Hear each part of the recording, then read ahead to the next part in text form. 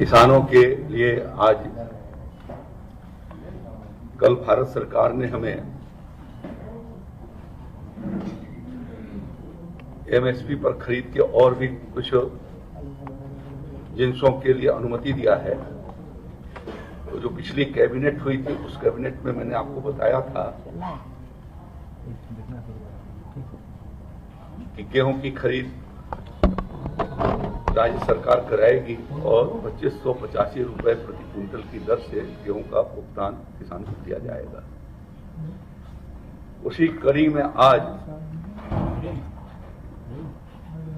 दलहन और तिलहन के दृष्टि से मैं आपके बीच में आया हूं। भारत सरकार ने हमें मसूर की 6,77,000 मीट्रिक टन खरीद की अनुमति दी है। मसूर दाल की एक वैरायटी होती है, पश्चिमी उत्तर प्रदेश में और बुंदेलखंड में ज्यादा उपयोग होती है, देश के और कोने में भी उत्पन्न होती है। तो उस पर 6,77,000 मीट्रिक टन का और चना के खरीद के लिए 2,24,000 मीट्रिक टन का ये और सरसों की खरीद 5,30,000 मीट्रिक टन की जाएगी।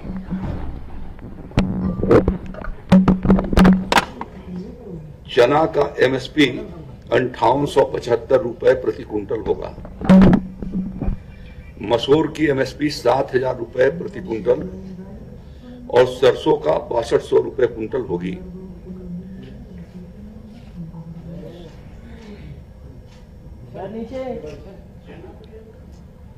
चना का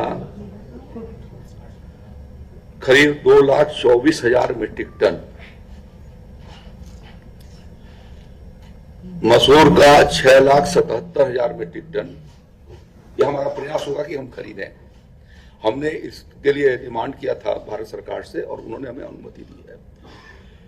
5,30,000 मीट्रिक टन सरसों की खरीद होगी। तो ये मूल्य समर्थन योजना इसीलिए देती है भारत सरकार, न्यूनतम समर्थन मूल्य पर खरीद की व्यवस्था, कि किसानों के लिए एक सुरक्षा कवच के रूप में होता है कि बाजार के भाव यदि कम होते हैं तो वो आकर के और न्यूनतम समर्थन मूल्य पर वो अपने उपज को बेच सकता है और उसकी खरीद की राज्य सरकार के माध्यम से कराई जाती है। अब इसमें जो हमने बताया आपको कि चना की एमएसपी 5875 रुपया, यानी गत वर्ष से 225 रुपया कुंटल प्रति कुंटल चने का दाम किसान को इस साल ज्यादा मिलेगा। मसूर पर 300 रुपया प्रति कुंटल बढ़ाया है। इस साल 7,000 पर खरीद होगी, पिछले साल 6700 रुपए कुंटल एमएसपी के दर थे। और सरसों का पिछला दर 5950 रुपए था गत वर्ष का, अब की बार 6200 रुपया यानी 250 रुपया कुंटल सरसों के भी ज्यादा दाम किसान भाइयों को हमारे इन क्रय केंद्रों पर मिलेंगे। भारत सरकार की दो एजेंसियां नेफेड और एनसीसीएफ, जो राज्य सरकार की एजेंसियां खरीदेंगी और उनको वो सप्लाई करेंगी।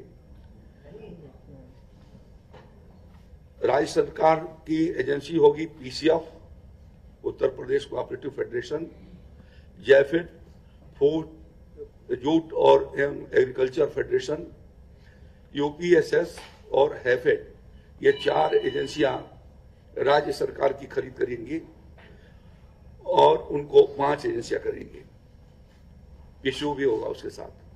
तो इस तरीके से जो ये खरीद करके और नेफेड को और एनसीसीएफ को वो देंगी और फिर उनका पेमेंट किसान के खातों में किया जाएगा। तो यह एक विशिष्ट योजना है और योगी आदित्यनाथ जी की सरकार के पहले किसी भी राज्य सरकार ने इस बात का प्रयास नहीं किया था कि हम जो है वो दलहन और तिलहन की खेती की खरीद करें या बाजरा और ज्वार या मक्के की खरीद करें। हमारी सरकार उस दिशा में प्रयत्नशील रही है और उसको खरीद रही है। और इस साल रबी के सीजन में यह व्यवस्था होगी, जिन जनपदों के भीतर ज्यादा मात्रा में वो फसल लगाई गई है उन जनपदों के भीतर खरीद की व्यवस्था होगी। और भारत सरकार ने तो हमें कल से ही परमिशन दिया, 2 तारीख से परमिशन दिया है, लेकिन हम लोग 7 तारीख से राज्य के भीतर खरीदारी की शुरुआत करेंगे, जिससे कि हम अपने कहाँ पर हमारे क्रय केंद्र स्थापित हो सकेंगे, इन सब चीज़ों पर हम काम कर सकेंगे। दूसरा, इस साल अभी तक वर्ष 2025-26 के वित्तीय वर्ष के भीतर हम लोगों ने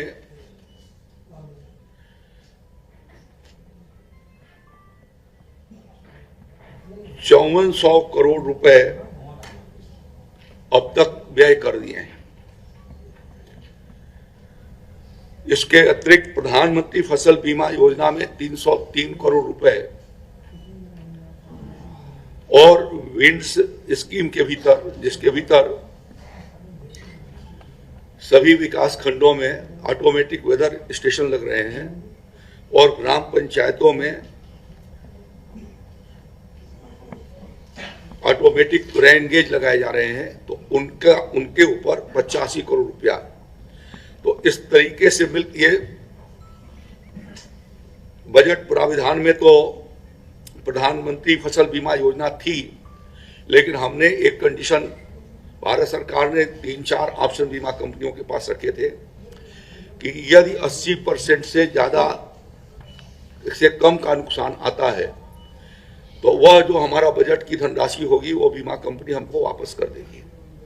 पहले ये ऑप्शन नहीं था, पिछले साल इसको हमने लागू किया और उसकी वजह से हमको बीमा कंपनी के द्वारा 303 करोड़ रुपए, यानी राज्य के खजाने का 303 करोड़ रुपए की बचत भी हुई, जबकि हमने बीमा के लिए बीमा की धनराशि भी हमने किसानों को पिछले वर्षों की तुलना में अधिक दिया है, जिसके बारे में मैं आपको बाद में इसके आगे बताता हूं।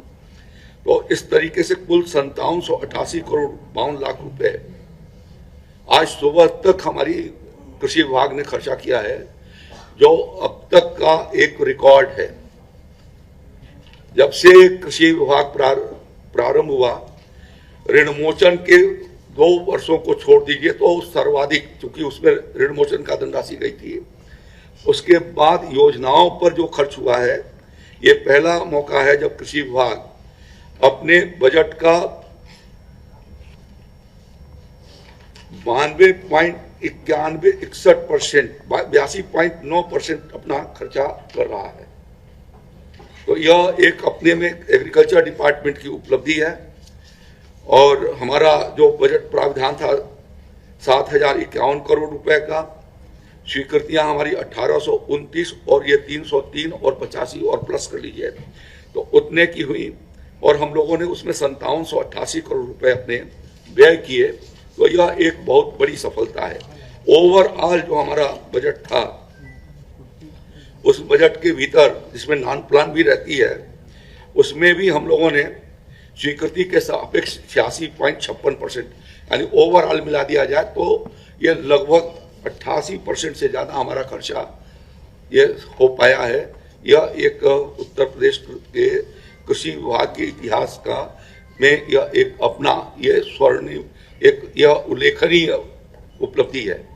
और इसके माध्यम से हम किसान भाइयों को बहुत बड़े पैमाने पर हम उनको योजनाओं का लाभ दिलाते हैं और सीधा उनको उसका लाभ पहुंचती है, जिनके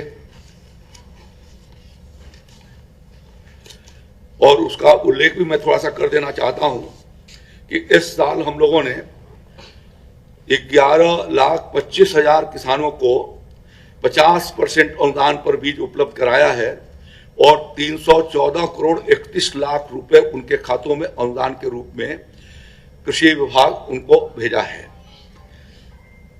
इस वर्ष हम लोगों ने 12,73,000 किसानों को 54,847 कुंटल बीज निःशुल्क वितरित किए। जो आज खेतों में जो फसल सरसों से लहलहाती हुई दिखाई देती है, या राज्य के भीतर जो दलहन उत्पादन बढ़ा है, उसके पीछे यह हमारी यह योजना रही है। और उस योजना के भीतर हम लोगों ने 54,847 कुंटल बीज निःशुल्क बांटे हैं किसान को। यह भी उत्तर प्रदेश के कृषि विभाग के इतिहास में कभी किसी सरकार के भीतर संभव नहीं रहा जो योगी आदित्यनाथ जी की सरकार ने इसको पूरा किया है। और 38 करोड़ 74 लाख रुपए का बीज हम लोगों ने निःशुल्क किसानों को वितरित किया। अब जायद की फसल लगनी शुरू हो गई है और जायद का भी हम लोगों ने फसल को पिछले वर्षों में बहुत बल दिया कि जायद की खेती भी राज्य के भीतर बढ़ाई जाए। और योगी जी की सरकार बनने के बाद जहां 1.5 लाख हेक्टेयर के भीतर जायद की खेती होती थी, पिछले साल 1,11,30,000 हेक्टेयर से ज्यादा खेती जायद की हुई। और ये इन्हीं इंटरवेंशन से हम आगे की ओर बढ़ा पाए, जिसमें हम लोगों ने पिछले साल 7,123 कुंटल बीज किसानों को जायद में बांटे थे और इस साल हमने बढ़ा करके 31,950 कुंटल बीज किसानों को वितरित किए हैं। इसमें मुफ्त 13,500 कुंटल मूंगफली का मुफ्त बीज बांटा है और अंतर फसली के लिए उर्द में भी 16,601 कुंटल, गन्ना के साथ अंतर फसली खेती अभी हम लोगों ने कराई फरवरी महीने में भी, तो उसके अंतर्गत उसका बीज वितरित किया है। उर्द के 15,825 मिनीकेट किसान भाइयों को उपलब्ध करवाए और 2025-26 का जो अक्टूबर सोइंग था गन्ने का, उसके भीतर 1,77,000 हेक्टेयर में गन्ना किसानों को अंतर फसली खेती सरसों का करने के लिए 5600 कुंटल सरसों का बीज उनको भी उपलब्ध करवाई। तो यह राज्य के भीतर तेजी से दलहन और तिलहन का उत्पादन बढ़े, इस दृष्टि से यह हम लोगों ने प्रयास किया है। आप अवगत हैं कि राज्य सरकार उत्तर प्रदेश को बीज में आत्मनिर्भर बनाए जाने की दृष्टि से हम भारत रत्न चौधरी चरण सिंह पार्क भी बना रहे हैं और बनाने के साथ ही हम लोग उसके लिए इस साल 50 करोड़ 84 लाख रुपए भुगतान उनको किया है, ये जो यूपी सीडा को, जिससे कि वहां का इंफ्रास्ट्रक्चर खड़ा करके और वो आगे की ओर बढ़ा सकें। जो सहमति जो दलहन तिलहन का है वो कल भारत सरकार के हमारे कृषि मंत्री जी ने भेजा, उसका ये पत्र है जिसके आधार पर मैं आपको ये अपना आज प्रेस के माध्यम से ये किसानों को जानकारी हो सके, ये मैं आपको अवगत कराना चाहता हूँ, करा रहा हूँ। सतत निगरानी से राज्य के भीतर इस समय हमारे पास पर्याप्त मात्रा में फर्टिलाइजर है। यूरिया हमारे पास आज की तारीख में 11,26,000 मीट्रिक टन है, DAP 5,08,000 मीट्रिक टन है, NPK 4,64,000 मीट्रिक टन है, SSP हमारे पास 3,45,000 मीट्रिक टन है और पोटाश MOP जिसको कहते हैं 98,000 मीट्रिक टन है। तो इस प्रकार से 25,41,000 मीट्रिक टन हमारे पास फर्टिलाइजर आज की तारीख में राज्य के भीतर उपलब्ध है और इसमें सभी 75 जनपदों के भीतर यह मात्रा उपलब्ध है।